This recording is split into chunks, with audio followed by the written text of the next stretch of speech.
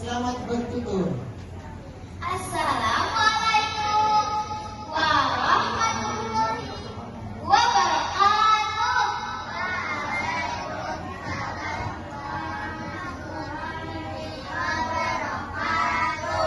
Para dewan juri yang saya hormati, teman-teman semua yang saya sayangi.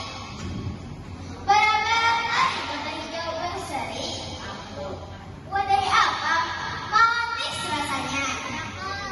Perkenalkan, nama saya Amira Ramadhani, asal sekolah SDN Satumaya.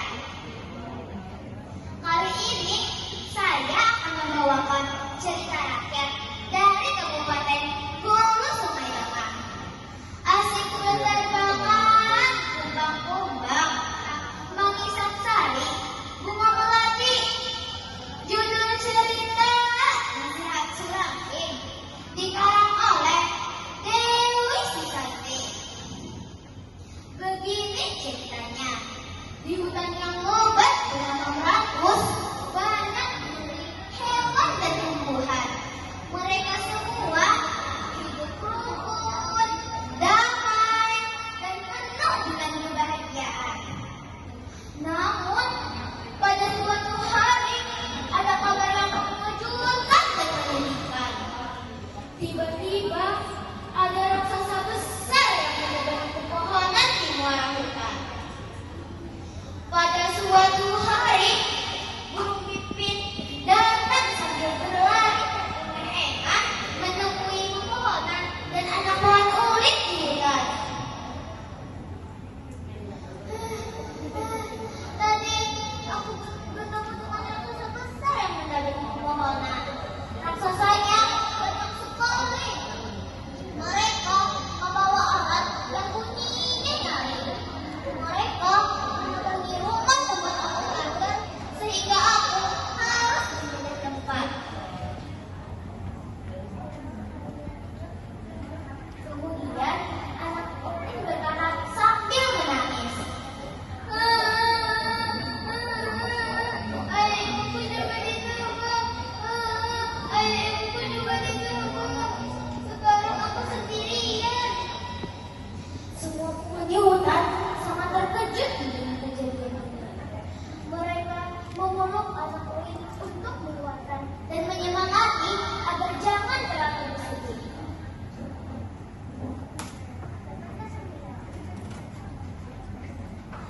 Tiba-tiba ada dekatan datang sambil berteriak-teriak. Ayo cepat lari, cepat lari.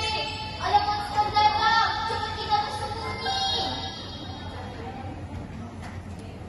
Semuanya berlarian ketakutan sambil bersembunyi. Ternyata memang benar raksasa yang dimaksud tadi tidak lain adalah manusia.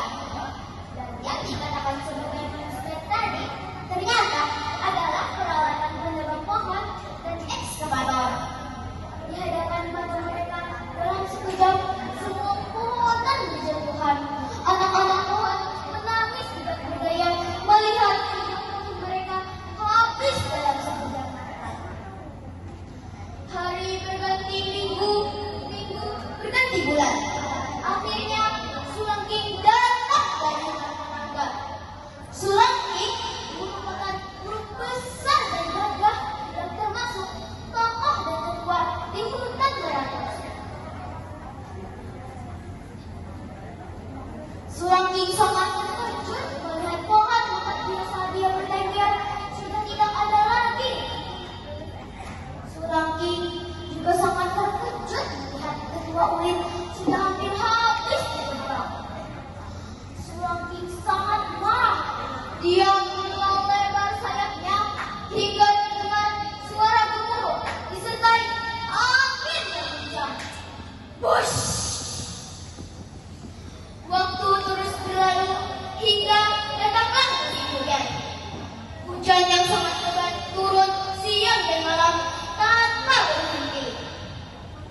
Hingga terdengar kabar di desa telah terjadi banjir bandang. Banyak rumah dan harta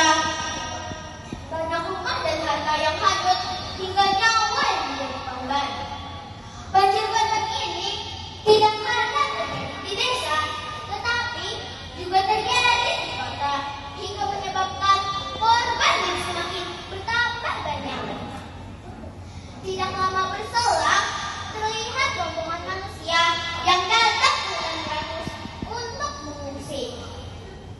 Mereka memasang tembok untuk menjadikan tenda agar bisa tidur bersama anak-anak mereka. Anak-anak mereka terlihat menangis kedinginan. Melihat hal ini, Sulangking tidak tega. Kemudian memutuskan untuk berunding dengan para penghuni hutan lainnya. Setelah semua penghuni hutan terkumpul, mereka terlihat sangat marah dengan manusia. Sulangking pun memulai pembicaraan. Biar bagaimanapun, kita tidak boleh dendam dengan manusia. Karena semua manusia jahat dengan kita.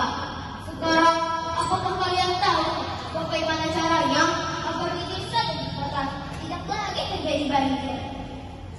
Kemudian, Pemuda Kibe berkata, karena aku bisa menyerap air jika terjadi banjir. Daunku juga bisa digunakan untuk makanan ternak dan anak rumah, serta mampu menyerap karbon.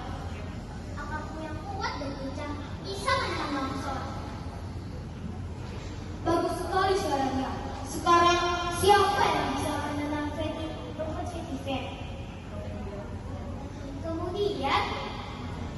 Kemudian burung hutan menyahut. Biar aku dan teman-temanku yang menanam rumput vetiver di tanah tanah yang kosong. Baiklah, mari kita bantu manusia agar tidak terjadi banjir lagi. Semoga manusia menyadari bahwa sangatlah penting untuk menjaga kelestarian hutan dan penghuninya. Juga jangan pernah kita membalas keburukan dengan keburukan. Kalaupun ada yang berbuat buruk dengan kita, tetap harus kita membalas dengan kebaikan. Akhirnya, mereka pun bersama-sama menanam rumput vetiver untuk mencegah terjadinya banjir. Demikian kisah Sulangking, si burung gagak dan bijaksana.